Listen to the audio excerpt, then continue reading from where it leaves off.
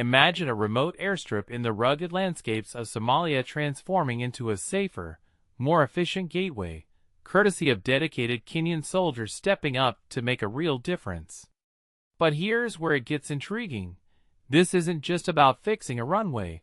It's a glimpse into how military efforts can intertwine with community progress in one of Africa's most challenging regions.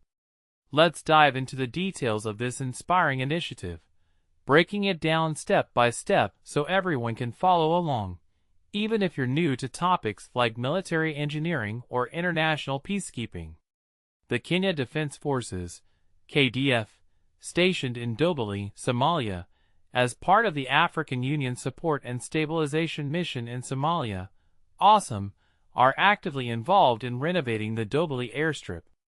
This vital project falls under the leadership of the Kenya Army Corps of Engineers, showcasing their expertise in turning blueprints into reality.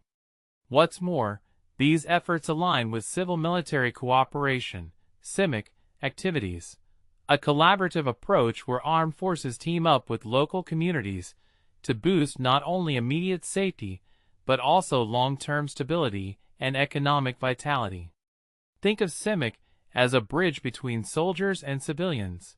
For instance, just as a well-maintained road can open up new trade routes in a village, improving an airstrip like this can connect regions that were previously isolated, fostering jobs and growth in a war-torn area. And this is the part most people miss. While some might see military projects as purely defensive, initiatives like this often lay the groundwork for broader humanitarian and economic wins, blurring the lines between battlefield tactics and everyday development.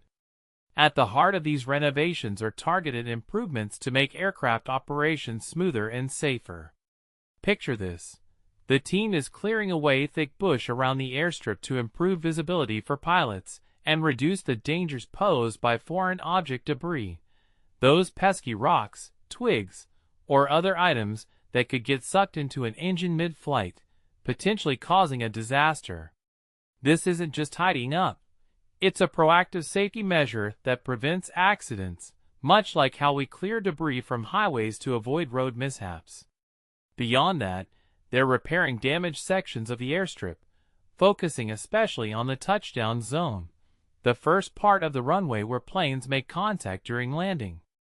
Imagine a plane touching down on a bumpy, uneven surface. These fixes ensure a level, secure arrival.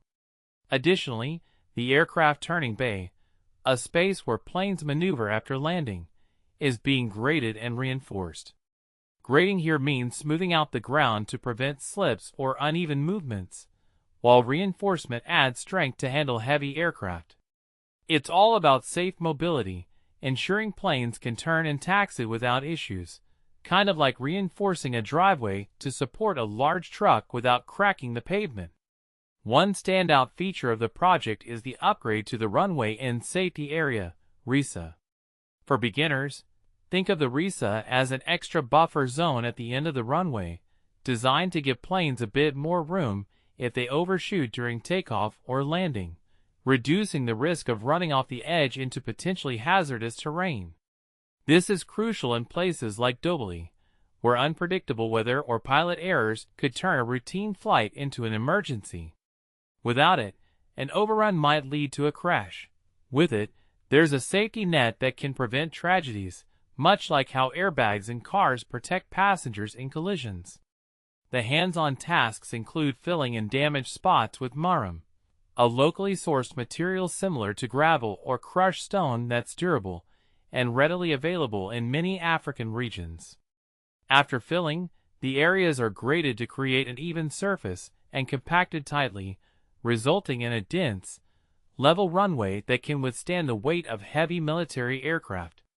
This process ensures the airstrip isn't just patched up temporarily but built to last, supporting high-stakes operations without crumbling under pressure.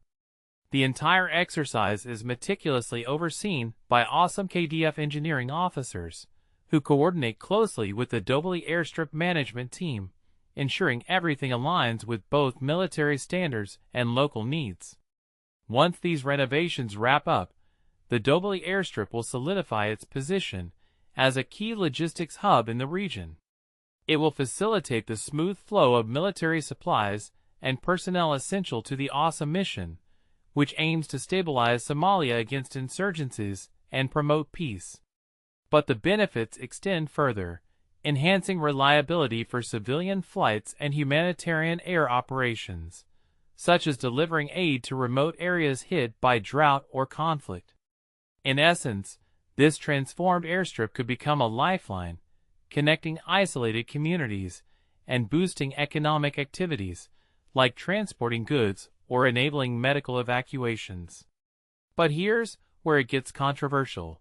Critics might argue that foreign military renovations in Somalia risk perpetuating a cycle of dependency or even sparking debates about sovereignty. After all, is this true peacekeeping, or just another way for external forces to influence internal affairs? On the flip side, supporters see it as a win-win, where security efforts directly support civilian life, turning potential conflict zones into opportunities for growth. What do you think? Does military involvement in infrastructure projects like this ultimately help or hinder long-term stability in regions like Somalia? Share your thoughts in the comments.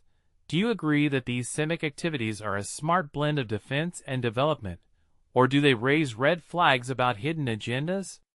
We'd love to hear your perspective.